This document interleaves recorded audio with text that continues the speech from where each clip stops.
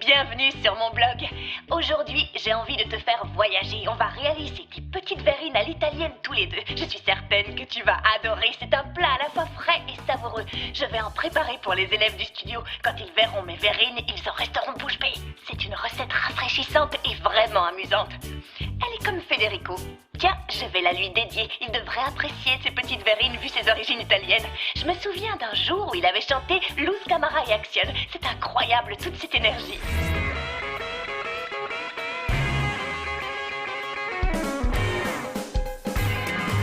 Es necesario poder rugir, inevitable saber gritar.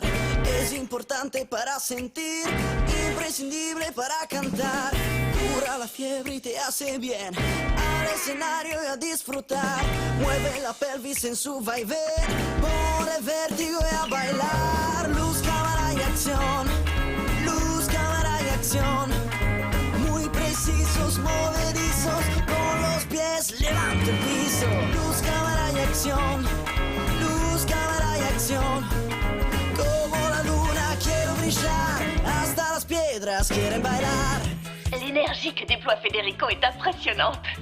Et maintenant, pour préparer les petites verrines à l'italienne de Federico, il me faut des tomates, un peu de pesto, des pistaches en poudre, des petits gâteaux secs aux formes amusantes. En réalité, j'ai fait griller des tranches de pain et je les ai découpées. Et je vais aller chercher dans le réfrigérateur le fromage et le lait. Je vais poser le fromage par ici. Tu vois, ce sont 2 boules de mozzarella. Je vais te montrer, je vais faire une photo pour que tu vois tous les ingrédients. J'y vais. Et voilà, tous les ingrédients sont en ligne. Et selon le livre d'Olga, la première chose à faire, c'est peler les tomates. Très bien, allons-y. Oh, c'est beaucoup plus difficile que ce que j'avais imaginé. Oh, non. Non, je m'y prends mal. Je croyais que j'y arriverais, mais c'est loin d'être facile. Attends-moi une petite seconde, je vais appeler Olga. Je suis sûre qu'il y a une façon de faire, une astuce pour que ce soit plus simple. Tu patientes? Bonjour, NJ. Salut Olga, comment tu vas? J'ai une question de cuisine à te poser. Silence, il ne faut pas faire de bruit. Je suis extrêmement concentrée. Je prends un cours de yoga. Oh, pardonne-moi, je t'appelle un peu tard, Olga, mais c'est pas grave, j'avais juste une petite question à te poser, mais tant pis. Il n'y a aucun problème. Tu peux me demander tout ce que tu veux. Allez, vas-y, pose ta question, NJ. Bien, voilà, je veux préparer des petites verrines à l'italienne et je suis censée peler les tomates, mais... À voix basse. Les bruits sont des parasites. Il n'y a que toi et moi, on est seuls. Parle-moi, mais fais-le à voix basse. Bien, comme je te disais, je suis censée peler des tomates, mais je ne sais pas comment m'y prendre. Ah, c'est très facile. Et il n'y a rien de plus facile.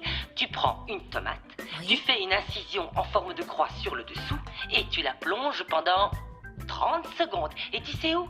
Dans l'eau bouillante. Et ensuite, tu vas la mettre 1 minute dans un bain glacial. Tu verras, la peau s'enlèvera avec une facilité déconcertante. Merci Olga, tu es vraiment géniale. Et tu n'as pas envie de changer de position? Impossible. Pourquoi? Parce que je suis emmêlée. Oh Tu vois, Olga! Attends. Doucement, vas-y doucement. Professeur! Professeur, au secours! Au secours! Sacrée Olga, voilà qu'elle a décidé de se mettre au yoga. Alors, elle m'a dit qu'il fallait que je fasse bouillir de l'eau. Je vais mettre de l'eau à bouillir.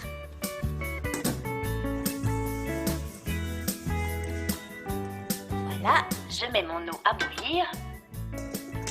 C'est fait, et pendant que j'attends qu'elle bouille, je vais m'occuper de la mozzarella. Il faut que je mélange le fromage avec un petit peu de lait. Je vais mettre les boules de mozzarella dans mon mixeur. Et un petit peu de lait. Voilà, comme ça. Ouais, ça devrait être suffisant.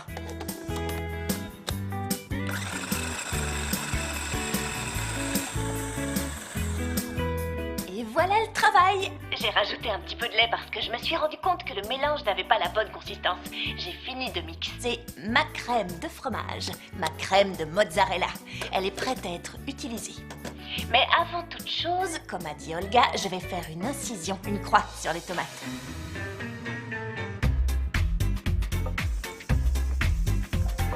Et Ensuite, je vais mettre mes tomates. Ouais, c'est brûlant, ça nécessite beaucoup de précautions. Et voilà, je fais très attention. Je vais devoir patienter 30 secondes. Je vais en profiter pour remettre le lait au frais.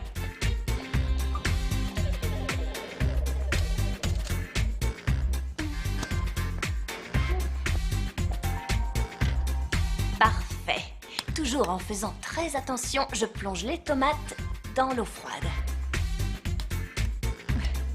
On va vérifier si l'astuce d'Olga fonctionne. Les verrines où on va mettre notre préparation à l'italienne.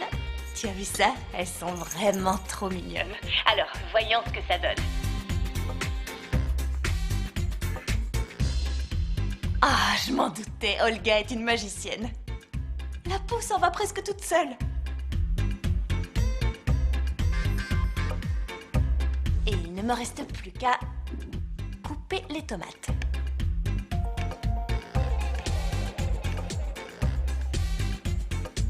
Et voilà.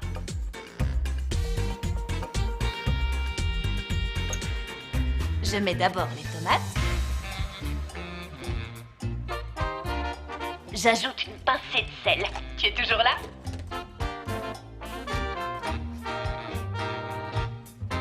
Et je vais recouvrir mes tomates avec la crème à la mozzarella et au lait.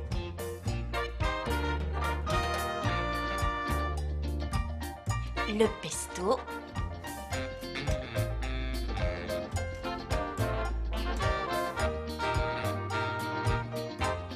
Et délicatement, je saupoudre d'un peu de pistache. C'est bien garni, non? Et je vais apporter la touche finale en décorant mes verrines avec les petits gâteaux secs que j'ai fabriqués. C'est du pain grillé. J'ai utilisé des emporte-pièces pour découper différentes formes. Des étoiles, des fleurs. Je ne sais pas encore où je vais les mettre. Un ici. Et un là.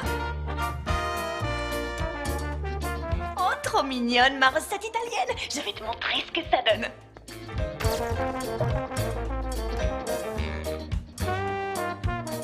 Et comme d'habitude, pour ne rien oublier, je vais récapituler toutes les étapes de notre recette. Mixer la mozzarella avec un peu de lait jusqu'à obtention d'une consistance crémeuse. Comme expliqué par Olga, inciser les tomates en forme de croix, les immerger dans l'eau bouillante quelques secondes avant de les plonger dans l'eau froide, égoutter, peler et couper en morceaux. Ensuite, garnir les verrines avec la tomate, ajouter une pincée de sel et recouvrir avec la mozzarella. Terminer les verrines en ajoutant une couche de pesto et des pistaches en poudre. Pour finir, décorer avec des petits morceaux de pain grillé aux formes amusantes et des feuilles de basilic. Non seulement mes verrines à l'italienne sont très jolies, mais je suis sûre qu'elles vont aussi être délicieuses. Je vais en goûter une pour voir. Le verdict.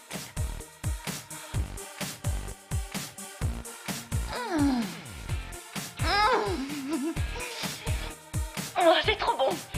Vraiment délicieux. Et je trouve que c'est un vrai plat de fête. C'est parfait pour un anniversaire, par exemple, parce que manger entre amis, c'est plus amusant. On se régale toujours plus à plusieurs. Je vais apporter ces verrines à Federico. J'ai hâte de voir sa tête quand il va goûter. Lui qui est italien, j'espère qu'il va aimer, mais j'en suis sûre. Parce que c'est délicieux. N'hésite pas à essayer cette recette chez toi. Je suis certaine que ça va te plaire. Je vais continuer à colorier le livre de recettes d'Olga. Je te dis à bientôt. Salut!